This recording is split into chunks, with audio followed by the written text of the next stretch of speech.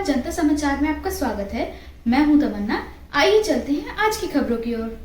देश की आजादी के 78 वर्ष पूरे हो गए हैं। हर साल हम गर्व से तिरंगा फहराते हैं, शौर्य गाथाएं सुनते हैं और बलिदानियों को नमन करते हैं। 15 अगस्त 2025 को भारत अपना 78वां स्वतंत्रता दिवस मनाने जा रहा है, जिसकी शुभकामनाएं जदयू प्रदेश अध्यक्ष सूरज जायसवाल ने देश एवं प्रदेशवासियों को सच्चे दिल से दी और कहा कि यह दिन सिर्फ तिरंगा फहराने का नहीं बल्कि देशभक्ति की भावना को शब्दों में पिरोकर अपनों तक पहुँचाने का भी है।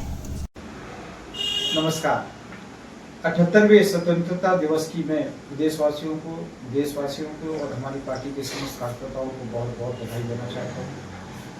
देश की आज़ादी एक लंबे संघर्ष और बलिदान के बाद हमें प्राप्त हुई है। इस आज़ादी को प्राप्त करने के लिए, आज के दिन को देखने के लिए हमारे स्वतंत्रता संग्राम सेनानियों ने अपना बलिदान दिया, अपने परिवार का बलिदान दिया और निश्चित तौर पर आज जब हम एक स्वतंत्र भारत में बैठे हुए हैं तो हमारा एक कर्तव्य बन जाता है कि हम इस देश की स्वतंत्रता के लिए और जिन उद्देश्यों के लिए हमारा संघर्ष था उसके लिए हमेशा काम करें और उनसे कभी समझौता ना करें। जल जंगल जमीन जनता दल यू की आधार नीति है और इसी नीति को कायम करते हुए आदरणीय नीतीश जी बिहार में काम कर रहे हैं और जो मूल भावना थी स्वतंत्रता की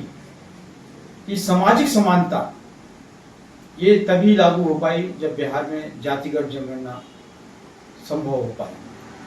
आज मैं धन्यवाद देना चाहता हूं एनडीए की सरकार को कि देश में जातिगत जनगणना करवाने का जो निर्णय हुआ है यही स्वतंत्रता की मूल भावना सिद्ध होगी आगे चलकर। और इस काम के लिए निश्चित तौर पर जो नीतीश जी के प्रयास हैं उसे यह देश और आने वाली पीढ़ी कभी अनदेखा नहीं कर पाएगी।